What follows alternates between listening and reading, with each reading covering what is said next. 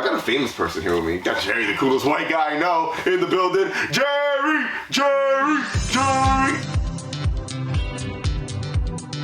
Alright guys, so first things first, what I want you guys to know is that you need to place this dolly, this lift on the proper side. So this is gonna be going on the side of the kickstand. The scissor jack, I'm gonna start jacking up from the other side, obviously, but the dolly should be coming right around here, right in back of the kickstand. That's how it's supposed to be.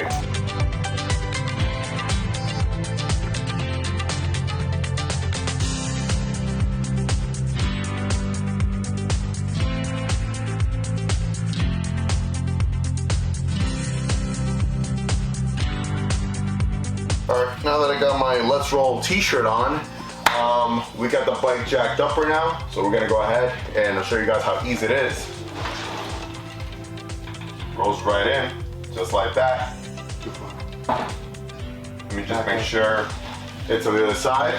And then all we're gonna do from this point on is just lower the lift and we'll take that out. Good, that side's good, right? Be about 3 inches. Alright. Jerry, what do you think about this? I like it. I mean, we haven't moved it around yet, but just the construction and the wheels and everything, and it's just really nice lift.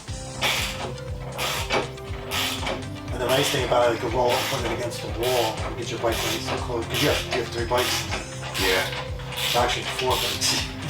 Spin your bike. Spin. Alright, so let's test this thing out.